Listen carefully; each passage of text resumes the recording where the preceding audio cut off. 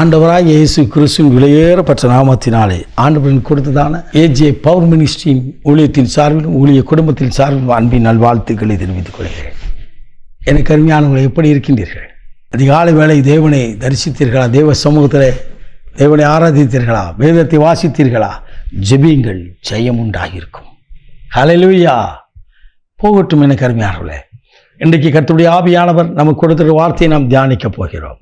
உன் பலவீனத்திலே ஆண்டவர் சொல்கிறார். 2 கொரிந்தியர் புத்தகம் 12ஆம் அதிகாரம் 9வது திருவசனத்திலே நாம் வாசிக்கின்றோம். உன் பலவீனத்திலே என் பலன் பூரணமாய் விளங்கும். என் கிருபை உனக்கு போதும். உன் பலவீனத்திலே ஏதோ ஒரு பலவீனம் ஏதோ, ஆனால் ஜெபிக்கும் போதெல்லாம் நல்லா ஜெபிக்கிறோங்க, வேதத்தை வாசிக்கும் போதும் அப்படி வாசிக்கிறோம், ஆனால் ஏதோ ஒரு பலவீனம் எனக்கு இருக்கியா? சபையில் ஆராதிக்கும் போது, தேவ சமூகத்துக்கு கடந்து போகும்போது, நற்செய்தி கூட்டங்கள் போகும்போது அல்லேலூயா சொல்கிறோம். ஆண்டவர் என்கும் அந்த இடத்துல தேவனுடைய வார்த்தை வரும்போது நமக்கு உற்சாகமாக இருக்குது. ஆனால் மறுபடி அந்த பலவீனத்தில் தான் இருக்கிறோம். வெளியே வந்து சொல்கிறோம், இந்த பலவீனம் மட்டும் என்னை விட்டு போக மாட்டேங்கி. பவுல் அப்போஸ்தலன் அற்புதங்கள் மேல் அற்புதங்கள் செய்தவன். ஆம் எனக்கு அருமையானவர்களே. அப்போஸ்தலன் பிரதான அப்போஸ்தலன் என்று சொல்லலாம். காரணம் என்று சொன்னால் அவரை கொண்டு தேவன் இந்த பரிசுத்த விபிலியத்திலே 13 நிருபங்களை எழுதி கொடுத்திருக்கிறார். கொஞ்சம் யோசித்து பாருங்கள். இந்த பரிபூரண ஆசீர்வாதத்தோடு பெற்றுக்கொண்ட இந்த அப்போஸ்தலன் பவுலுக்குள்ளாய் ஒரு பலவீனம் இருந்தது. என்ன பலவீனம் தெரியல, பலவீனம் இருந்தது. அது சாத்தான் கொட்டுகிற ஒரு முள் போல கொட்டுகிறது தான்.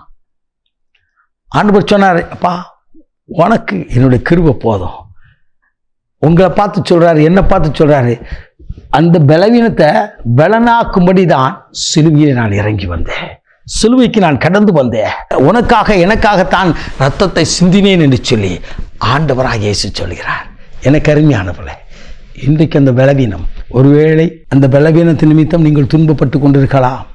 இந்த பலவீனத்தின் நிமித்தம் வேதனையோடு கூட இருக்கலாம். இந்த பலவீனத்தின் நிமித்தம் கண்ணீரோடு கூட இருக்கலாம். இந்த பலவீனத்தில் அவர் பலன் வெளிப்படும். கொஞ்சம் யோசித்து பாருங்கள். எபிரேயர் 11ஆம் அதிகாரத்தில் நான் வாசிக்கின்றோம். 9 முதல் 12 இறை வார்த்தைகளை நீ வாசிக்கும் போது ஆபிரகாம் சாராளின் விசுவாசத்தை குறித்து எழுதப்பட்டிருக்கிறது. விசுவாசியின் தகப்பன் என்று சொல்கிறோம். வாழ்க்கையிலே 100 வயதிலே ஆண்டவர் அந்த ஈசாக்கை கட்டளையிட்டார். இந்த பாட்டிமாவுக்கு 90 வயது. 90 வயதில் அது கர்ப்பத்தை சுமந்திருக்க அந்த அம்மா பார்த்தா கிழவி, பார்த்தா அந்த அம்மா பாட்டி மூதாட்டி.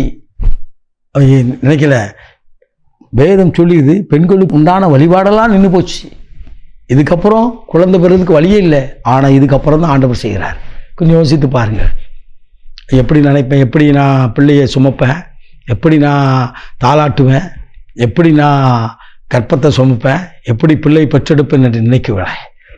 தேவ பலன் கொடுத்தார். அந்த பலவீனத்தில் உங்கள் வாழ்க்கையிலும் அதே வல்லமை இறங்கி வரும். அதே பரிசுத்த ஆவியானவர்.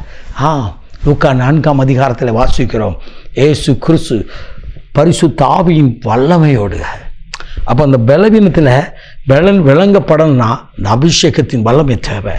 அந்த பரிசுத்தாவின் அக்கினி தேவை. அந்த அனலான அக்கினியை ஜெபத்தில் பெற்றுக்கொள்ளுங்க. நீங்கள் இருக்கிற இடத்துல ஜெபித்து பாருங்கள், உங்கள் குடும்பத்தில் ஜெபித்து பாருங்கள், உங்கள் வீட்டில் தனித்து ஜெபித்து பாருங்கள். உங்களை ஆண்டவர் அளவில்லாமல் ஆசீர்வதிக்க போகிறார். அளவில்லாமல் ஆசீர்வதிப்பார். எப்படி? உங்கள் பலவீனத்தில் அவருடைய பலத்தை கொடுக்கிறார். அந்த பலவீனத்தில் அவருடைய வல்லமையை கொடுக்கிறார். அந்த பலன் என்று சொன்னால் வல்லமை. அந்த வல்லமையை உங்களுக்குள் ஊற்றும் பொழுது அந்த பலவீனத்தை நீங்கள் மேற்கொண்டு எழும்புவீர்கள். இன்றைக்கு அப்படிப்பட்ட ஒரு எழுப்புதலை கர்த்தருடைய ஆவியானவர் செய்ய போகிறார். நாம் ஜெபிப்போமா? இன்றைக்கு கண்ட சரீரத்தில் கண்ட அந்த பலவீனங்களை இனி காணாதிருப்பீர்கள். மோசே இஸ்ரவேல் ஜனங்களை பார்த்து சொன்னார், ஆம் கர்த்தர் செய்யும் ரட்சிப்பை நின்று பாருங்கள். கர்த்தரோ ஜனங்களை மோசையும் பார்த்து சொன்னார், இன்றைக்கு கண்ட எகிப்தை நீ காணாதிருப்பாய்.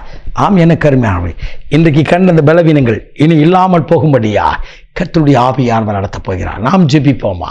மகா பரிசுத்தமுள்ள தகப்பனே, இந்த அற்புதமான வேலைக்காய் ஸ்தோத்திரிக்கிறோம். இன்றைக்கும் உம்முடைய சமூகத்தில் பலவீனத்திலே பலன் உண்டாகும் என்று சொல்லி வார்த்தையை கொடுத்தீரே அப்பா. உம்முடைய கிருபையினை கொடுத்து எழும்ப பண்ணும். உங்களுடைய கிருபை உனக்கு போதும்னு சொன்னீங்களே, உங்கள் கிருபை ஒவ்வொருத்தருக்கும் கொடுத்து இதை கேட்கின்ற காண்கின்ற ஒவ்வொரு சகோதர சகோதரிகளும் கொடுத்து முடிய பலத்தினால் நிரம்பப்படும். ஆசீர்வதியும் ஆளுகை செய்யும் இயேசுவின் மூலம் பிதாவே. ஆமென். ஆமென். God bless you.